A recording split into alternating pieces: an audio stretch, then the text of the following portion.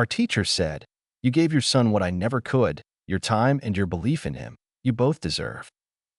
Fall in Trenton always hits like a wave, cold mornings, wind-whipped trees, and my night shifts ramping up at the hospital. I've been working nights for the past 3 years, ever since my ex walked out and left me raising our son on my own.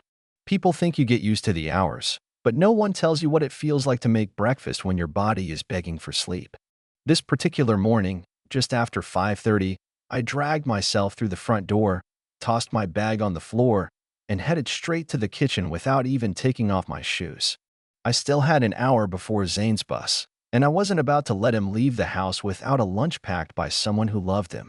It's a small thing, maybe, but those lunches are my promise to him that even when I'm half awake and running on fumes, I'm still showing up. Zane's 9, just started 4th grade this fall. He's got these quiet, brown eyes that always seem to be thinking 3 steps ahead of everyone else. His teachers call him gifted, and I believe them. Last spring he built a volcano for the science fair that actually changed color during the eruption. But more than that, he's kind. Thoughtful in a way that breaks your heart sometimes. That morning, he wandered into the kitchen wearing dinosaur pajama pants and rubbing his eyes.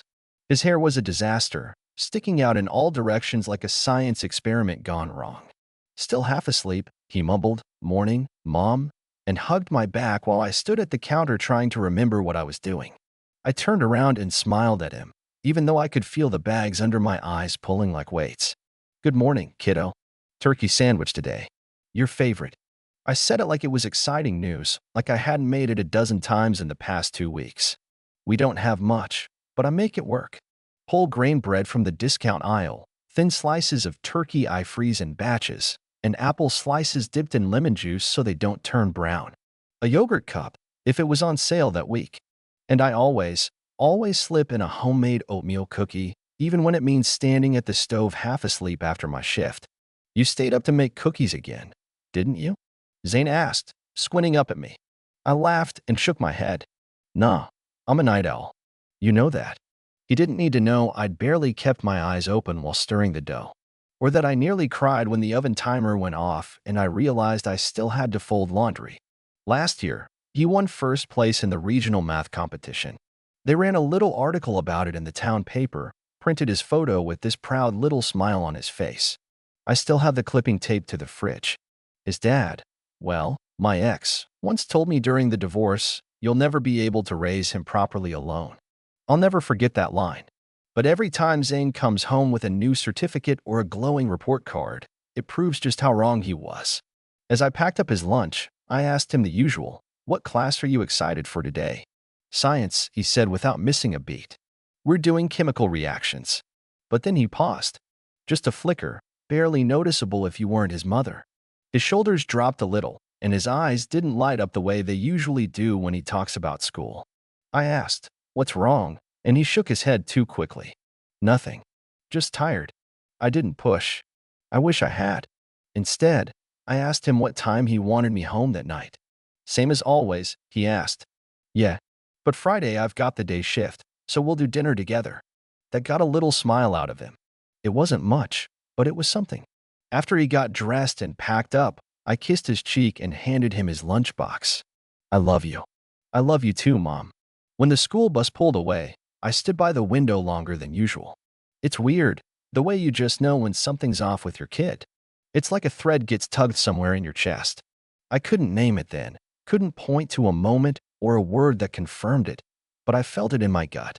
Something wasn't right, but I was too tired to think straight. I collapsed into bed with my shoes still on, telling myself it was probably nothing. Maybe just the cold season getting to him. Maybe I'd make spaghetti for dinner, surprise him, cheer him up. That was Monday, and I had no idea what was coming. By Thursday of that same week, I couldn't ignore it anymore. Zane's lunch was coming home completely untouched, sandwich sealed, apple slices browned and soggy, yogurt warm and leaking, cookie barely nibbled. The first time it happened, I figured maybe he had a class party or wasn't hungry. The second time, I thought maybe he forgot his lunch in his cubby. But by the third day in a row, my nerves started crawling. I asked him directly that night while we sat at the table and he absent-mindedly pushed peas around his plate. "Is something wrong with your lunch? You used to love the sandwiches." He didn't look up from his food. I just don't feel hungry at school anymore. I didn't buy it, but I didn't press too hard either. I didn't want to turn dinner into an interrogation. Instead, I asked about his day, his teachers, if he was making new friends this year. His answers were short, clipped, each one cutting off just before it told me anything useful. That was new. Zane always used to talk my ear off, especially about science experiments or the books he was reading. I stayed quiet a minute, watching him. Do you want to try the school lunch program again? Maybe just for a little variety. He flinched. I saw it, just a little jerk of the shoulders. No, he said quickly. I want yours. That stopped me cold. Because if it wasn't the food, and he didn't want to switch, then something else was happening. And I had no idea what. That weekend, I ran into Jenna, whose son Trevor is in Zane's class. We were both grabbing groceries at the same little market on Franklin Street, and we got to chatting near the freezer section. She looked at me kind of cautiously and said, Hey, is Zane doing okay? Trevor said he's been pretty quiet lately at school. My stomach dropped. Quiet how? She shrugged. I don't know exactly. Trevor just said he keeps to himself more now. Doesn't eat lunch with the group anymore. He said he saw Zane sitting by the windows near the office last week during lunch period. I felt my face flush even though I tried to stay calm. Thanks for telling me. As soon as I got home, I tried talking to Zane again, more gently this time, sitting beside him on the couch while he built something with his Legos. I didn't want to scare him or make him think he was in trouble. Hey, bud, I said softly. Are the kids at school being nice? Anyone giving you a hard time? He didn't even look up. Everything's fine, Mom. But his voice was hollow, and he couldn't look me in the eye. Sunday night, he was sitting at the kitchen table doing his math homework when he looked up suddenly and asked, Mom, do you think people can tell when we don't have a lot of money? The question nearly knocked the air out of me. I sat down slowly. Why would you ask that? He didn't answer right away. He just stared at the pencil in his hand like it was the most complicated thing in the world. I was just wondering. I told him the truth. Some people might notice, but that doesn't mean it matters. What matters is who we are, not what we have. He gave a little nod and went back to his worksheet, but his shoulders were still tense. I couldn't stop thinking about that question the entire night. Monday morning, I made his lunch extra special. I added an extra cookie, used the soft bakery rolls instead of the regular sandwich bread, and even cut the apple slices into stars, something I hadn't done since he was in kindergarten. I wanted him to smile when he opened it. But that afternoon, when I pulled the lunchbox from his backpack, it was all still there. Untouched. Not even a bite. That's when I decided enough was enough. The next day, after Zane left for school, I called the front office and asked to speak with his teacher. Miss Travers wasn't available, but Mr. Bryson, who teaches the classroom next door, picked up. I didn't know him well, only recognized his face from school events, but I'd heard he was a decent guy. Zane's been a little quieter than usual, he said after I asked if he'd noticed anything. His focus is great, and his grades haven't slipped, but he keeps to himself a lot. Doesn't join the group much during breaks. Has he said anything to you? Not directly, he admitted, but something does seem off. Can you keep an eye on him? If anything happens, please let me know. I will, he promised. Right away. That evening, I watched Zane while he did his homework at the dining table. He was always serious about his schoolwork, but now he looked heavy, like he was carrying something he didn't have the words for. At one point, he put his pencil down, rubbed his forehead, and stared out the window in silence for almost a full minute. I tried again. You know you can talk to me about anything, right? He nodded, but didn't speak. Then he asked, barely above a whisper, Mom, am I not normal? The question sliced right through me. What do you mean by that? Nothing, he said quickly, picking up his pencil again. Forget I said it. But I didn't forget. Wednesday afternoon, I was grabbing a late bite at the hospital between shifts when my phone buzzed. The screen showed Redfield Elementary. My heart stopped for a second. Is this Anna? A voice asked when I answered. Yes, I said, sitting up straight. This is Mr. Bryson. I'm sorry to call during work, but something happened with Zane. Can you come in? My mind went white. Is he okay? Did he get hurt? No, he's physically fine. But we discovered something serious. I'll explain everything when you arrive. I left the hospital within 10 minutes, my supervisor waving me out with a worried look. On the drive to school, my brain ran wild. Had Zane gotten into trouble? Was he being targeted? Had something happened on the bus? By the time I parked, I was practically shaking. Inside the main office, the receptionist led me to a conference room. The principal, Ms. Harlow, was already seated. Mr. Bryson stood beside her, looking grim. Ms. Travers, Zane's homeroom teacher, sat stiffly in the corner with her arms crossed and her face pale. Zane is resting in the nurse's office, Ms. Harlow began. He's not hurt, but something came to light today that we felt you needed to see immediately. Mr. Bryson turned a laptop toward me. We reviewed the hallway footage after I found Zane crying during lunch. This is from yesterday. What I saw on that screen made my hands curl into fists, and I hadn't even heard the sound yet. The moment Mr. Bryson hit play, I could feel my stomach knot up tighter than it had in years. The footage showed Zane's classroom during what looked like their nutrition activity. The camera angle caught everything. Kids sitting at their desks, lunchboxes open, all eyes on the front of the room. And there she was, Miss Travers, walking between the rows like a judge about to hand down a sentence. At first, it looked routine. She was talking about food groups, nutrients, healthy choices. But then she stopped beside my son's desk, leaned down, picked up his lunchbox, and said something that nearly knocked the breath out of me. This, she declared, holding it up like a rotten apple, is an example of an unbalanced lunch. This is what happens in homes where nutrition isn't a priority, often in single-parent households. I froze. My ears started ringing. My hands went numb, but I forced myself to keep watching. On the screen, Zane stared down at his hands. His back was rigid, shoulders tense. He didn't look up. Not once. Ms. Travers kept going. White bread offers little nutritional value. Processed meat is high in sodium. And homemade sweets, while well-meaning, usually contain excessive sugars. The kids started whispering. One boy leaned toward another, covering his mouth with his hand. Then a voice, clear, young, and cruel, rang out louder than the rest. "Is that a poor kid's lunch?" A few kids laughed. Miss Travers offered a half-hearted, "We don't use that word," but then added, "However, it's true that families with limited income often rely on cheaper ingredients." I don't even remember how long I sat there watching it. It felt like the air had left the room. When the video cut to recess, the next scene played from a hallway camera. A group of kids surrounded Zane by the lockers. At the center was Grant, son of a prominent attorney, always dressed in name-brand everything. He smirked as he said, "My mom says she'd never send me to school with that kind of lunch. Yours looks like it came from a gas station." Zane tried to reply, but his voice was too soft to hear clearly. Another kid chimed in. "You poor or something?" Grant laughed. "It's true. Single moms can't afford real food."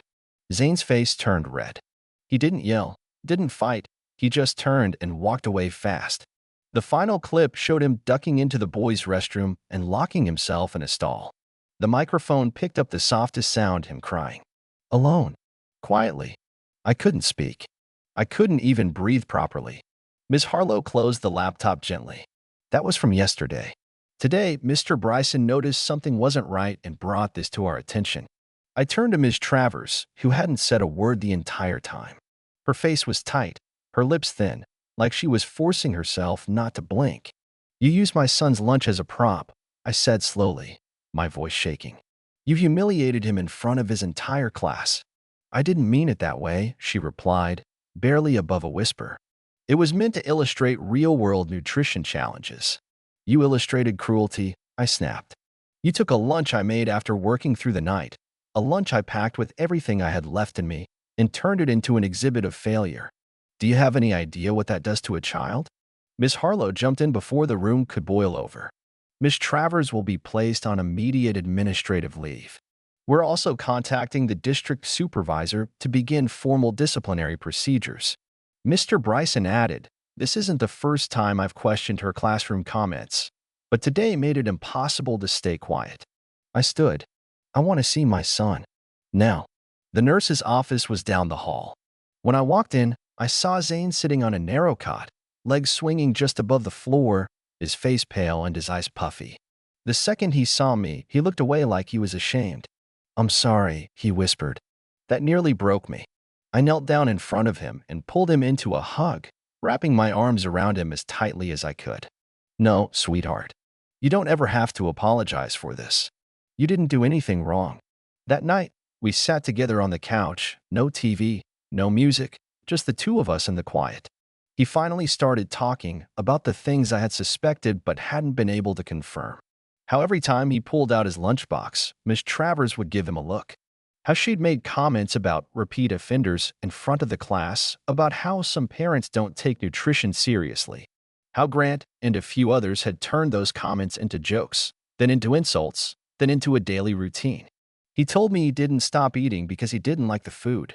He stopped eating because he couldn't handle the looks, the whispers, the shame.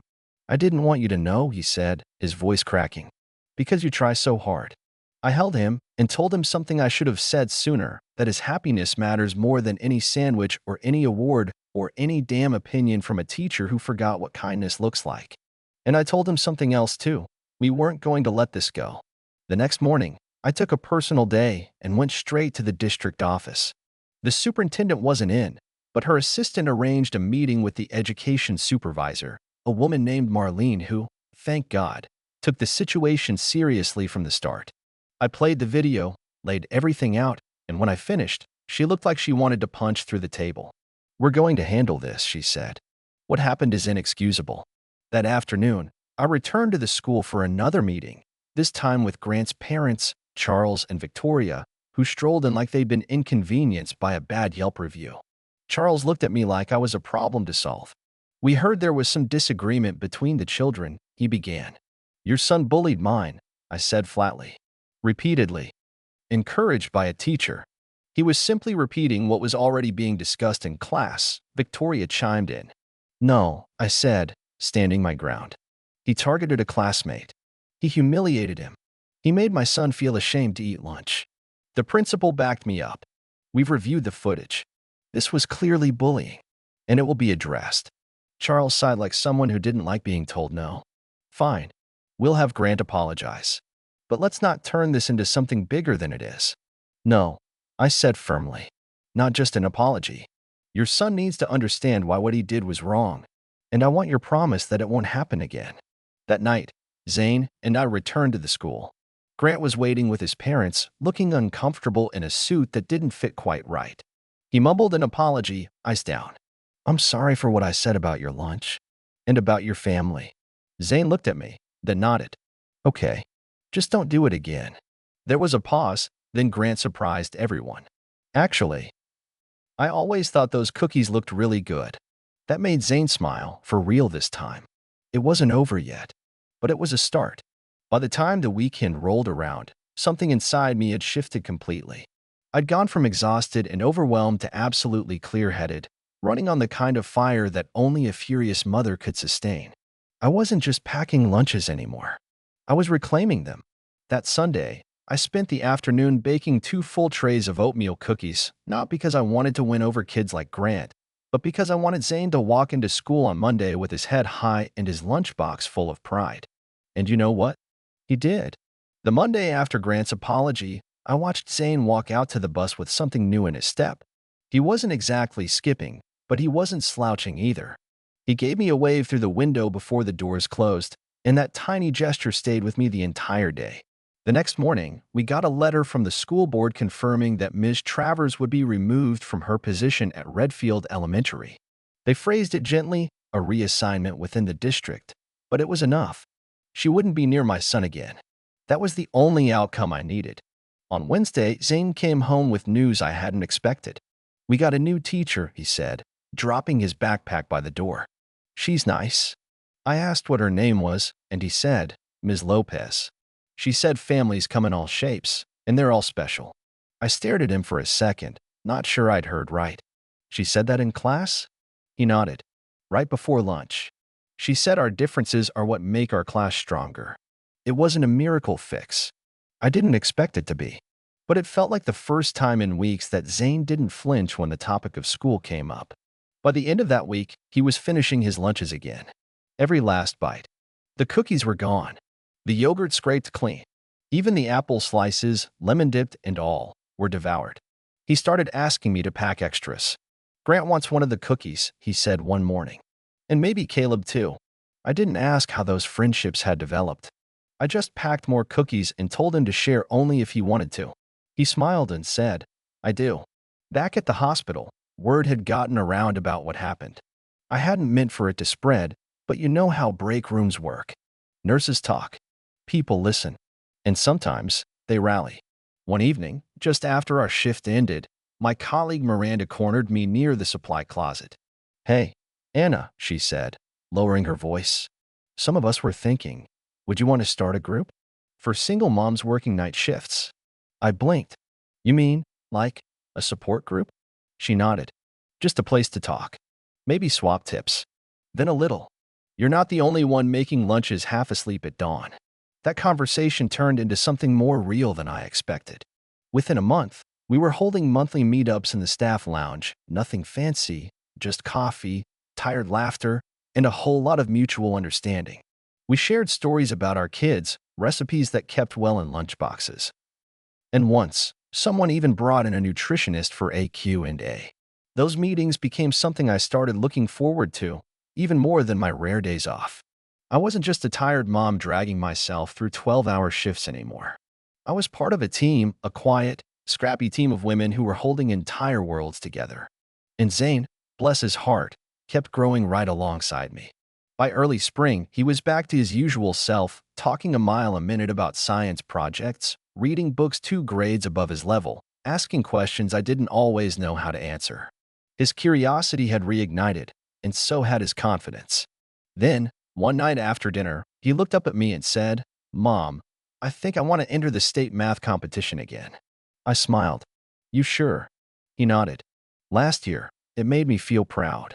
I want that again. I signed him up the next day. We practiced problems at the kitchen table every night after work, even on the days when my brain felt like pudding. He would read the questions aloud, scribble furiously in his notebook, then explain every step back to me as if I were the judge. He was so smart, so thoughtful, and so determined to move forward. About 2 weeks before the contest, Ms. Lopez held a class presentation on family diversity. Parents were invited to attend, so I swapped a shift and showed up, nervous and curious in equal measure. I didn't know what to expect, but what I got was something I'll never forget. Zane stood in front of the class, holding a crumpled note card and speaking into a microphone that was too tall for him.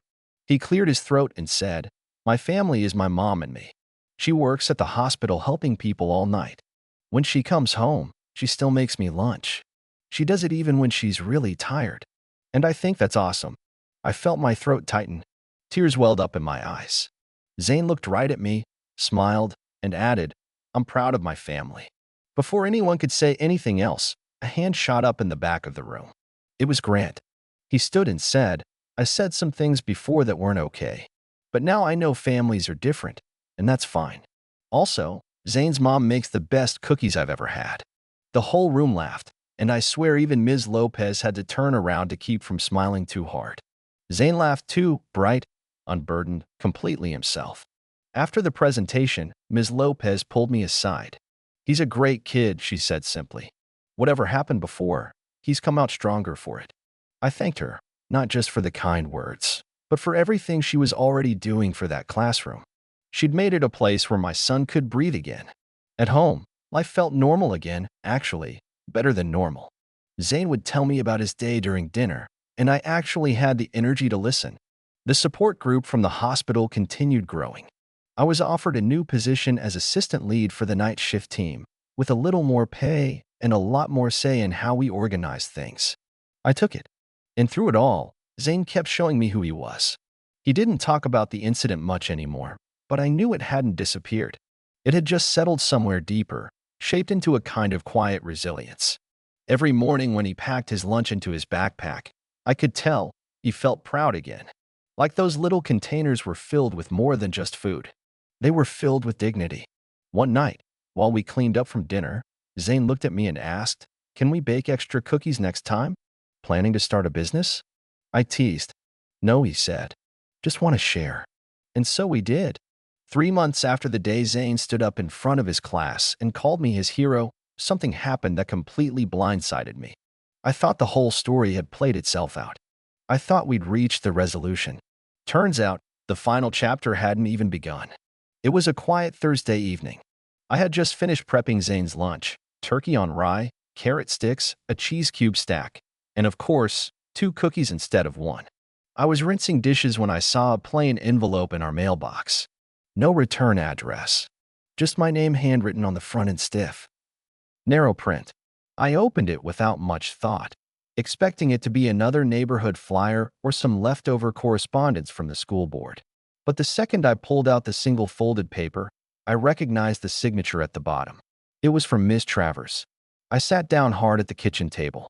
My hands weren't shaking exactly, but they were tense, like they didn't know whether to crumple the letter or hold it gently.